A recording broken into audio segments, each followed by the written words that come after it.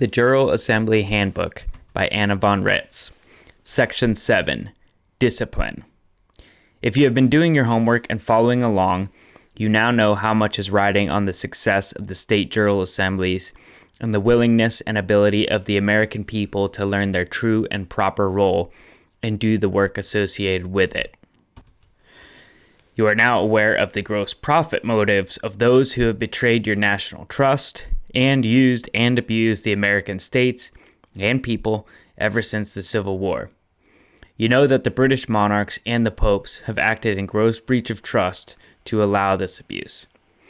You know that members of Congress, both Republican and Democrat alike, have deliberately and deceitfully abused your trust too, and have operated in a criminal conspiracy designed to usurp your power and impoverish you for their own benefit and the benefit of foreign interests. You know that all these parties to fraud and many other crimes have grown rich and powerful at your expense, even the expense of your lives. And you have reason to know that this has been orchestrated in the same way that any crime syndicate is operated, via patsies, those who unknowingly contribute their services to evil, and via made men who know the score and keep the scam running. Most of us have served as patsies in this scheme at one time or another, simply out of ignorance. In your fledgling state jural assemblies, you will find good, solid people who have their heads screwed on tight, who follow the logic and the history, and who study hard to get things right. You will also find 4 other kinds of people. Number 1, the sincerely confused. Number 2, disruptors. And number 3, disinformation agents. And number 4, spies. Be patient with those who are truly confused and do your best to explain things, even multiple times. Those who have been indoctrinated in the public schools run by these monsters have learned and believed lies all their lives, and it is difficult for them to unlearn all of this all at once. Then, too, much of the fraud involved hinges on words and the use and misuse of words. Not everyone is an English major, okay? So, it will take time for everybody to completely understand the verbiage and how it was pulled on us. The disruptors are all nasty, pushy, I am important, my issues count and yours don't, and the I have a problem with that, whatever it is, on a constant basis, folks. You all know who I'm talking about. They always want to argue and split hairs and find fault and gripe and blame and do very little to nothing themselves that is constructive, helpful, or correct. They are like little cyclones causing chaos and impeding progress wherever they go, usually babbling about arcane, obscure points of law or grammar or similar ontological, semantic, or religious concerns. They are attention seekers who just won't take no for an answer or allow anyone else a fair shot at addressing other concerns. Sometimes these characters, especially the paid provocateurs, get together in pairs or small groups and work together to keep everyone stymied. Take them aside and explain that people who disrupt the functioning of the assembly or impede the conduct of business in state jural assembly meetings can and will be removed by the marshal at arms. Some people are just naturally like this and go from one thing to another seeking attention with no very clear purpose at all, but a substantial percentage of the disruptors are paid provocateurs engaged for the purpose of causing this kind of interruption and obstruction. The adoption of some rules of order to conduct meetings can help keep them under control, but occasionally it is necessary to throw them out of a meeting because they persist in disorderly, rude, obstructive behavior. Showing them the door at one meeting does not prevent them from attending again, hopefully in a more thoughtful frame of mind, and it may discourage them from participation at all, but realistically, their help is that of a flat tire anyway. Disinformation agents and spies are both almost always federal employees or people in trouble with federal authorities who are more or less coerced into infiltrating groups and spreading hokum. This can be any variety of lies or scam operations, but typically involves incitement to violence, baiting to trespass, introduction of illegal goods or contraband, fraudulent fundraising schemes, immoral temptation leading to blackmail, and similar activities. One good way to provide your state Jural assemblies with a degree of defense from these provocateurs is to excuse them before every meeting begins. This is a simple announcement saying, anyone who is here under false pretenses, anyone who is working for any foreign government, including the territorial United States or municipal United States, anyone who is being paid or coerced to be here, must fully disclose their presence and purpose now or leave the premises. If they subsequently show up as federal witnesses, they are discredited for failure to disclose. Narrator's note: at the beginning of assembly meetings, we use what's called the Bevins decision, and as far as I know, is just an expansion upon that statement above. End narrator's note. Surprisingly, many G-men and women will disclose at this point. They will simply present their badges and tell why they are present, and that's that. Most times they will then leave and not come back. If they stay, it's up to you to either ask them to leave or proceed as normal, according to your own best judgment. I have always practiced a no-holds-barred, look all you like transparency. No-holds-barred, look all you like transparency, which discourages these characters from getting all excited and bringing more resources and tricks to bear, trying to discover activities that are perfectly lawful anyhow. That said, a state Jural assembly is by definition a closed assembly meant to be attended only by qualified members and known guests. Please take a look at the list of typical tricks of the disinformation agents and spies. 1. Incitement to violence. They will come in all red hot, spewing rhetoric and stomping mad, or they will wheedle away at your outrage over the theft and injustice aspects of what has been done here. If they can't get people all riled up and, quote, violent and insurrectionist, unquote, either of those two methods, they will try the safety angle and try to make everyone fearful and paranoid and encourage them to do things like make contingency plans as a group, stockpile arms, and take similar actions.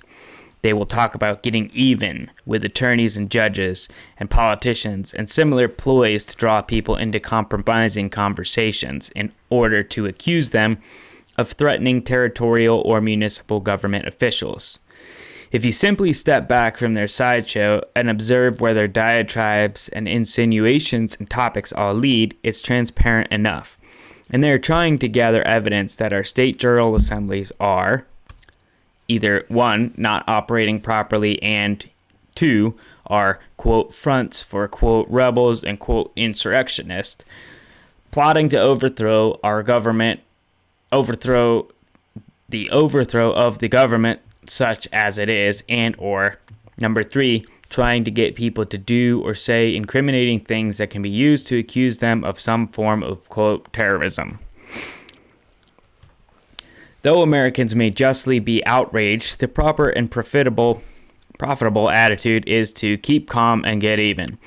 Or as my mother described it, make like a duck, all calm and unflappable on the outside, paddling like hell underneath. We all have lawful recourse in answer to their fraud schemes and abuses, and have no reason to be afraid or to allow anger to overtake our better sense. They are the criminals engaged in conspiracy against the constitutions and against the lawful government of this country, not us. They are the employees caught in gross breach of trust and fraud against their employers, not us. Let them be looking over their shoulders and making contingency plans, not us. And as for our hurts and grudges, criminals seldom have much that can be attached to pay restitution or damages. But in this case, they have amassed vast quantities of credit and goods, homes and lands and pension funds, all under conditions of fraud and unjust enrichment. We don't have to resort to violence or worry too much about our recompense. All the notice have been published worldwide, The bad guys in this case have no place to escape, and the greatest danger we face is our own ignorance. So when you hear some firebrand ranting and raving and inciting violence and talking more patriot than patriot, think twice and think, a possible government agent in our chicken coop, and play your own game instead of his. Likewise, when you encounter a wheedler constantly moaning and aggrieved about losses and blaming others and whining in an outraged fashion and encouraging in vague terms to do something about it, think, a possible government agent trying to drum up business. And again, play your own game. Ditto the fearmongers trying to make people afraid of exercising their lawful and natural rights until they are scared and looking over their shoulders like they are guilty of something for reclaiming their own good names and joining their state assembly. Number 2, baiting to trespass. This is one of the likely results of the incitement to violence ploys discussed above, and it is what took down Bruce Doucette and the Colorado Nine. A disinformation agent named Michael R. Hamilton, an insurance adjuster by trade, which should have raised red flags aplenty, insinuated himself and encouraged the people in Colorado to make a tragic mistake. They mistook the territorial and municipal courts and their officers for their own missing courts and public officials. As a result, they addressed these foreigners as if they were actual county and state employees guilty of malfeasance and dereliction of duty, and they transgressed into foreign international jurisdiction of the sea and threatened these officers of the Queen and of the Pope with the punishments that would be owed to actual state instead of state officials. And that is what got them arrested and thrown into jail. Michael R. Hamilton, of course, was nowhere to be seen. He entrapped them using their own ignorance against them and baiting them into trespass. As a state Jural Assembly member, you have cut your ties to all federal entities now in operation and have no cause whatsoever to make threats or transgress into their watery jurisdiction at all. As irritating as it may be to have their continued operations in your face and to have them operating their private corporations out of your public buildings, don't take the bait. Realize that you have the means in your hands to correct this situation peaceably by operating your land and soil jurisdiction, states and counties, by educating the populace, by building up your own courts to serve the people of your state, by exposing their lawless and predatory criminal activities to the proper authorities who are running these corporations on our shores. The President, the Queen, the Pope, the Lord Mayor of London, the United Nations Secretary General, the various state and CAPS, state of state, territorial and municipal congressional delegations, the Joint Chiefs of Staff, etc. Likewise, don't take the bait when they try to scare you. Make no contingency plans and store up no stockpile of arms, etc., beyond what you need for your family in some kind of emergency, earthquake, fire, flood, etc. This is the ploy they used on Schaefer Cox and his friends in Fairbanks, Alaska. The federales introduced moles, disinformation agents, who were in trouble already on federal charges, and those men created a climate of fear so that Schaefer and others were afraid for their lives and drawn out to make contingency plans and acquire dubious amounts of firearms, etc., under the guidance and entrapment of the same men who were scaring them into these actions and secretly taping the conversations. Later, of course, this was used to make it look like Schaefer and the others accused were dangerous threats and terrorists bent on violence and unstable nutcases. They were, in fact, just innocent men being played by experts to their own downfall. Don't take the bait when they try to make you mad either. When they try to draw you out to express anger against judges and attorneys, you can be as enraged as you please, but sit there quiet as a mouse and say nothing. Nothing at all. Let them do all the raging and shouting. Enjoy the show. Number 3, introduction of illegal goods and contraband. When the federales get really desperate, they will get their agents to bring in contraband, drugs, alcohol, and firearms, but most likely firearms, and attempt to blame you and your state Jural assembly for, quote, possession of these items. They will try hard to get you to participate and agree to having these controlled substances in your possession or on the premises during your assembly meetings. The original Constitution gives the federal government control over alcohol, tobacco, and firearms. This is how and why George Washington got involved in the Whiskey Rebellion. The federal government was given control over the sale and transport of these items as a source of income to fund the government. Since things went astray, they have also helped themselves to control over habit-forming drugs, though they have no specific authority to do so, and strictly speaking have no authority over possession or use, only over sale and transport across the state lines. So, look sharp and warn all your members. This was their excuse for Ruby Ridge, rumors of a single sawed-off shotgun, and Waco, rumors of illegal drugs being stored and sold at the Branch Davidian compound. The shotgun was a, quote, gift, and the drugs were stored by the CIA without the knowledge or help of any Branch Davidian. Go figure. Before Janet Reno unleashed the firebombs and flamethrowers on the helpless women and little children, you can still view the FBI footage of the helicopters safely transporting all the drugs out in white plastic bales. Number 4, fraudulent fundraising. The federales have also have control of the U.S. Mail, all caps, and United States Postal Service. They love to get organizations involved in illicit fundraising activities by having their agents promote harebrained Ponzi schemes and membership fraud schemes and unfulfilled product schemes, all of which can land people in jail for a long time and cause a lot of havoc. Just say no. Any fundraising you do for your state Jural assembly should be by free donation only. Or if you are prepared to offer a product in exchange for a standard donation, let it be something like a veg-o-matic, not anything produced by the members of your assembly. No templates for sale, no freedom packages, and so on. Number 5, immoral temptation/blackmail. The federales are famous for using sex and drugs to draw people into compromising situations, filming it all, and using this against the target to coerce cooperation in any number of situations. Just remember, there are no secrets.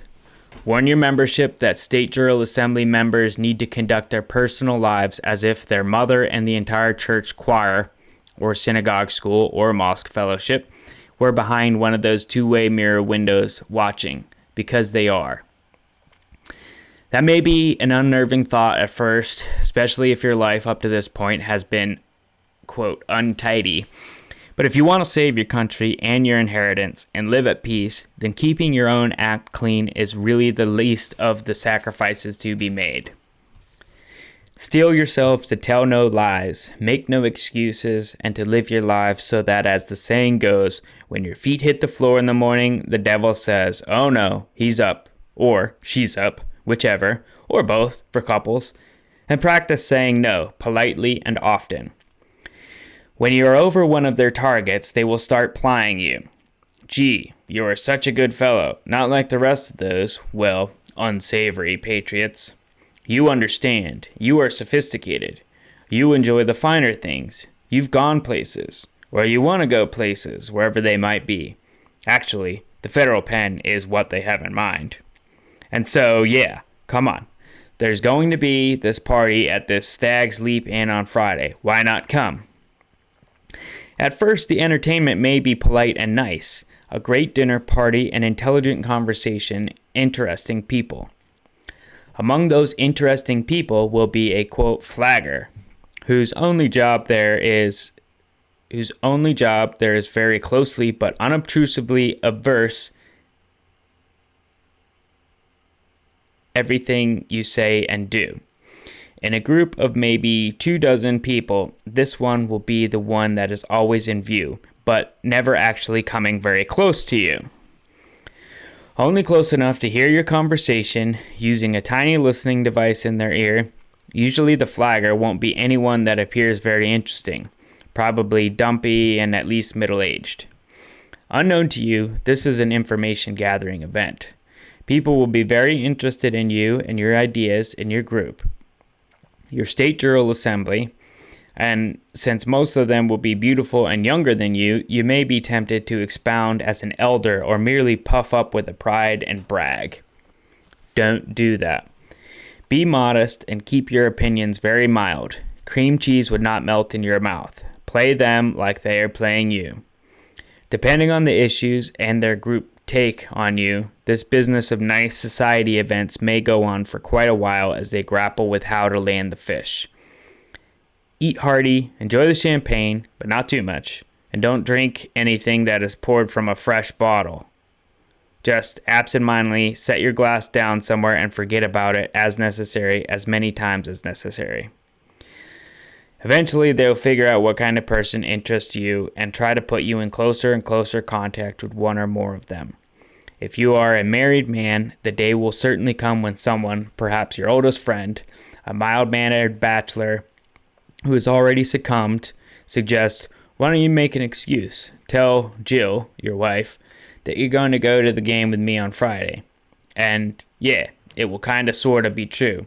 It will be a game, all right, and you will lose, because in most cases, the victims don't even know it's a game until it's over and there's a big L painted on their forehead. These people are experts at this kind of seduction, and most likely you and the members of your fledgling state Jural assembly are not.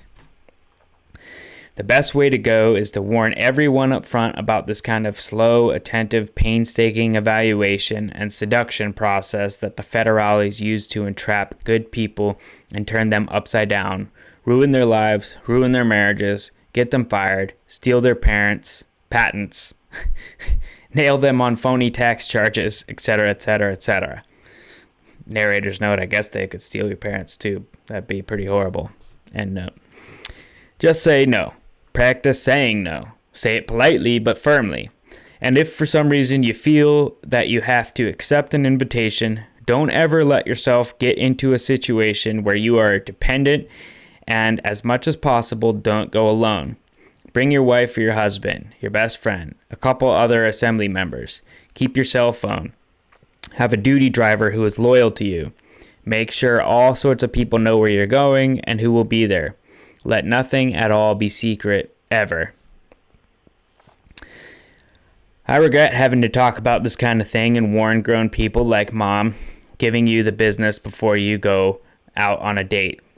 But most of the people I know who are members of state Jural assemblies are good, honest, and unsuspecting people with no real exposure to the swamp or swamp creatures. Warn your members and support each other. And remind everyone to keep everything, including their own private lives, on the up and up. Be forewarned that you will be getting swamp dwellers coming through your doors, because losing the federal contracts is too important an issue for it to be otherwise. They will come, and you all will have to be ready for them. Not afraid, not angry, just ready. People convicted of any serious crime are prohibited from serving as a state citizen and from holding any public office in the actual American government. They can reclaim their status as state nationals and live their lives and enjoy their property assets. They can stand on the sidelines and support those who have to carry the torch and operate the states and reconstruct the federal states of states. But our forefathers did not intend to have any weak links in our leadership. Think about that when, as they will, the temptations come to your state Jural assembly. Think about that when, as they will, these temptations come to your state Jural assembly. You may even be plied with more abstract organization-oriented temptation and attempts to play upon your common ignorance. The federal agents, however disguised, may attempt to seduce your state Jural assembly as a whole. They will tell you, hey, if you want to be eligible for, quote, federal block grants, end quote, or HUD and urban development grants or agricultural loans or then you have to, incorporate and update and get modern. That is exactly what they told all the counties back in 1965. They didn't explain that all those block grants would be pittance kickbacks from all the racketeering money the federales intended to make from taking title to all the land assets and those counties. They didn't explain that the strength, power, assets, and sovereignty belong only to the unincorporated people and the unincorporated states and unincorporated counties, did they? No, they came in like Pied Pipers, as they are, sang a little song and danced, waved piles of cash and tales of more in front of the hungry locals, told a half-truth or two or three, deflowered some girls, beat up some boys, and poured out a lot of drinks. Before you know it, Joe and Bob and Hank and Rita had signed over everything, even though it wasn't really theirs to sign over, and the boys from D.C. were in the driver's seat. If you all fall for that stupidity again, that's where they will stay. That's where they will stay. And they won't stop until this country and our ship of state is sunk, because the swamp creatures are what they are and have always been. It's up to you to be wise as serpents and gentle as doves, to politely and with absolute determination cling to your moral principles, to your unincorporated status, to your humble but actual powers, and to your good common sense. Posted Monday, January 21st, 2019.